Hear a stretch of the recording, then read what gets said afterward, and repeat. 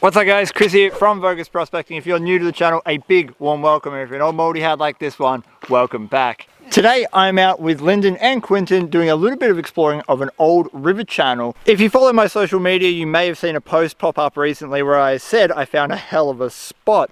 That spot is right here. Now just behind me here is an area where the floodwaters have come through an old river channel and eroded out some deposited gravel, and in the process they have concentrated that. And prospecting old creek beds is no different to prospecting the current creek bed. You just go and take your test pans, look out for indicators and low pressure zones, and you will likely come out with a decent result. Which is exactly what I found along here. This bench just here is the product of multiple floods depositing gravel on top of bedrock.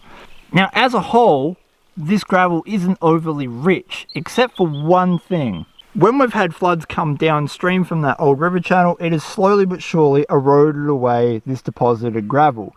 As it's eroded it away and the waters have receded, the pressure drops off and it stops stripping away really heavy things such as gold and ironstone.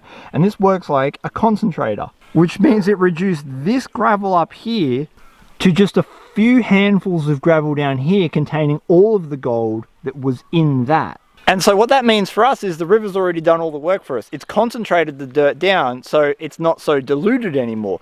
Some worthless pay dirt has essentially become some very, very rich pay dirt. The test pans that I got the other day were really good. Let me show you that. This is the gold that we got for the test pans just on the edge of that bank, and you can see that that sort of gold will add up extremely quickly once you start running bulk samples. My plan today is pretty simple. I'm going to take the classifier, I'm going to classify down a pay pile while the morning stays relatively cool, and then later on in the afternoon I'm going to set the Gold Hog multi-sluice up and we're going to run that pay pile through it and see what we get out of a bulk test of this dirt.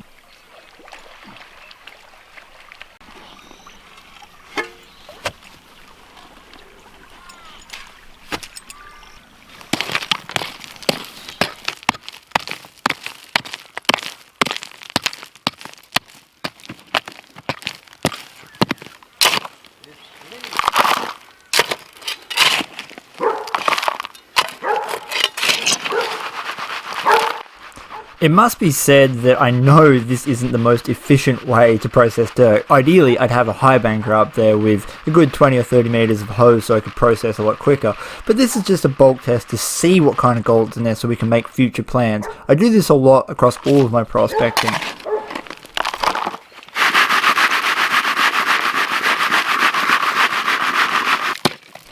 And without a shadow of a doubt, if I was wet classifying, we would have got even more gold for the end of the day. But it's a little bit simpler just to stick with the dry classifying in this situation at this point in time.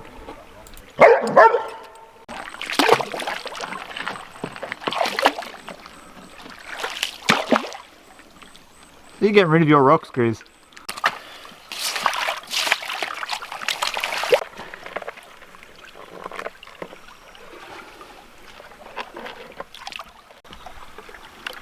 There's one that you'd call beats the nanos. There's a few nanos in there. Yeah, there is. But that's about as good as what I was getting out of the mustard pit per pan. This is the pay pile that I've collected so far, and that's about as much dirt, probably even a little bit more than what I worked the other day when I found this spot with just a pan. So we're going to keep going and try to make that thing considerably bigger so that we can, hopefully have a nice result at the end of the day.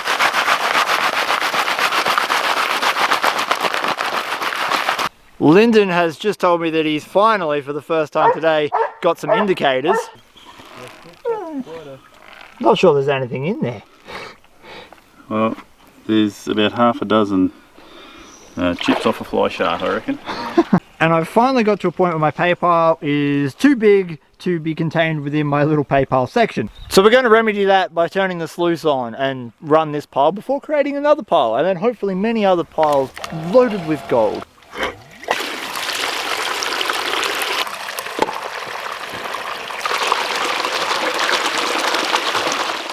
Now no one stress, it's not the sluice that isn't level, it's just the camera.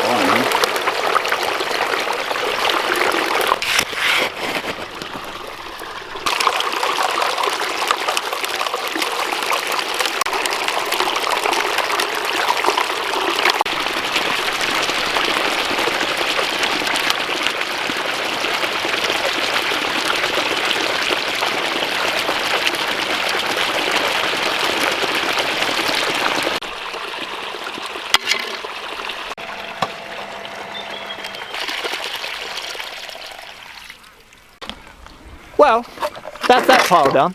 Looking in the mat, I can see a couple of pieces. We've got one little bit just there, and I've seen a couple other smaller ones in the riffles all the way down. There's a lot of ironstone, which is what we want to see, and with a little bit of luck, there will be heaps more hidden at the bottom of each and every single one of those capture cells. Now, for all the people who ask me about the Australian animals that I encounter on a day-to-day basis and whether or not they're dangerous or not, I've got one for you. I rescued Zoe from this last night amongst much screaming. Here we go. Check him out. So we'll put him down. Now this, oh no, sorry. Oh, this is a wolf spider.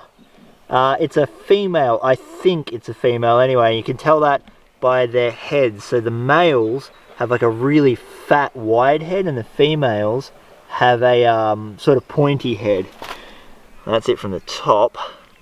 And these spiders are toxic. If they bite you, you're not going to feel great, but you're also not going to die. So that's a slight positive. So I'm just going to get my macro lens out and take a couple photos of this beautiful creature before releasing it back into the Australian bush to harass tourists. We did get an image, but we got a few of them. I'll put it up on screen for you. That was fun and slightly terrifying when it ran at the camera. Now, next paper.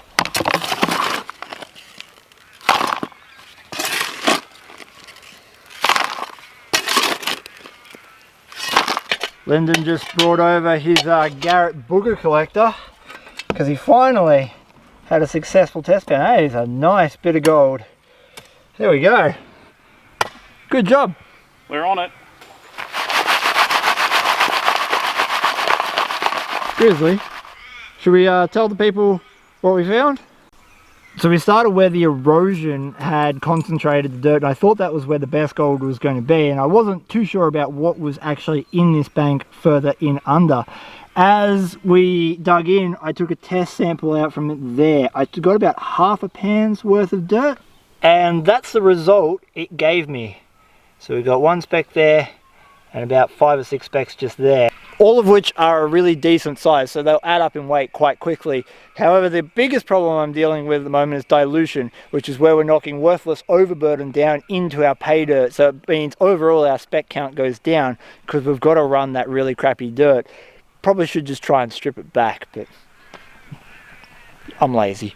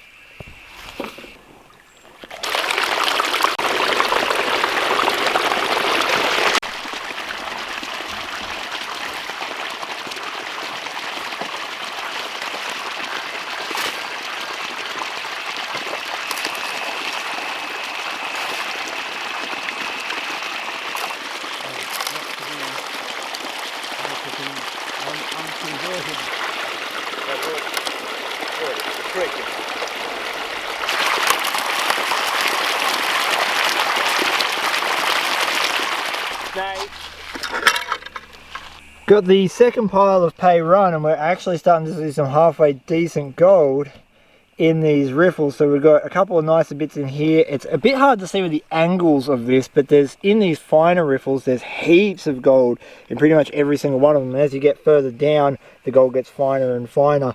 So I'm thinking we're going to have to go maybe one more pile of pay. What do you reckon, boys?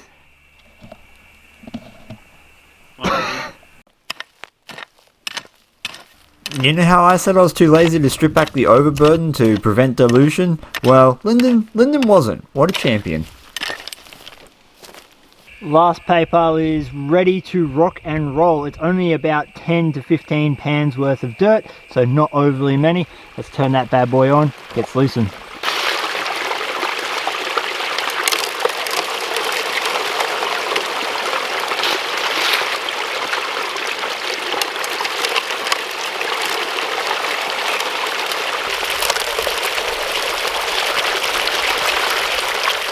On one of my recent podcasts, I talked about how you can follow your gold pan to find the best pay dirt. And one of the things I talked about on there was indicators of gold that you should be looking for in a spot like what we're working. There's a lizard in there. Oh, there he goes. When you look at this dirt, it might look incredibly average at first glance, but the idea is to pay attention to small details. And the small details are in the heavies. We can see bits of ironstone absolutely riddled throughout this dirt, and that means that there's a good chance that other heavies have been deposited in this soil. In my podcast I go in depth to these subjects and other ones, so if you'd like to check that out, the link is in the description. It's available on Spotify for download. Another one up here. Well, we just finished the third pile. That brings us to about 35 to 40 pans worth of dirt run, and we've got gold. We've got gold sort of just accumulating in these riffles. Look at that lot. That's a sexy little pile of gold, and that's just in the fine riffles. We're seeing gold everywhere up the top, and it's made its way down to about 40% worth of this box, which is pretty good considering the amount of dirt that we ran through and how rich it is in ironstone. So we're going to give this mat a clean out and see how much gold we got in that run before taking you home to do a little bit of a weigh-in. Yeah.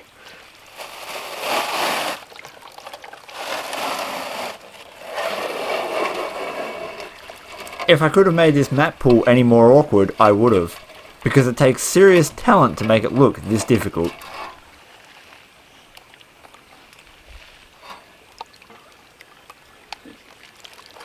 The important end first, you know. This is all from one tiny, a series of tiny crevices. Alright, here we go. What did we get? Ooh, I can see some gold. Hey, there we go. So that's from 35 to 40 pans worth of classified dirt. My original test panning was only along the erosion event, which seemed to hold the best gold because it's concentrated all of that pay dirt into one very, very easy to dig out piece, as opposed to this, which was a bit more diluted. And there's definitely going to be more of that gold down in this stuff. It was a really quick pan reveal. So I'm going to get this home so I can clean it up properly. Now the heat out here is picking up, and I had a couple of people ask me a few videos ago when I was out in 42-degree weather what that's actually like to be in. And the best way I could describe it is, you know when you open the door to an oven and you get that woof of heat? It's that woof of heat, but everywhere all the time, and you can't escape it. Now that I've got you home, we're going to throw that gold straight on the scales and see what kind of booty we collected for the day. This is the gold that we got for our 30 to 45-ish pans worth of classified dirt next to a Clash Guitars pick. I'm actually super stoked about that result. I wasn't really expecting that much to come out of it, considering I had to keep working dirt that was diluted. And something I didn't notice in the field is I found a tiny little specimen. So to find a tiny little specimen like that gives me hope that there may be, possibly, a little string reef in the nearby area, because it's actually quite sharp. But that's just about enough yibba yabbering out of me. Let's get this bad boy on the scales.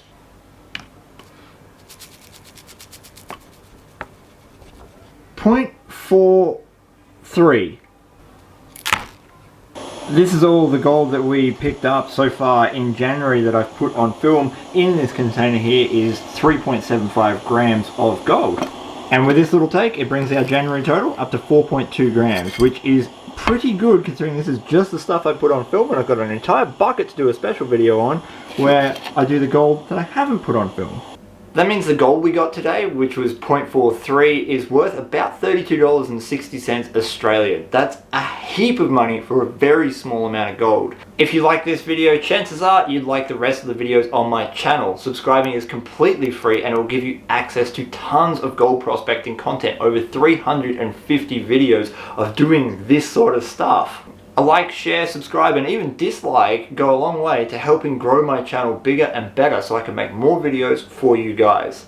So until next time guys, I hope you did enjoy this video, this little adventure that we got out in the Victorian goldfields to find some of that shiny. Remember to give your dog, cat, guinea pig, or rabbit a scratch behind the ear for me. Peace, and I am out.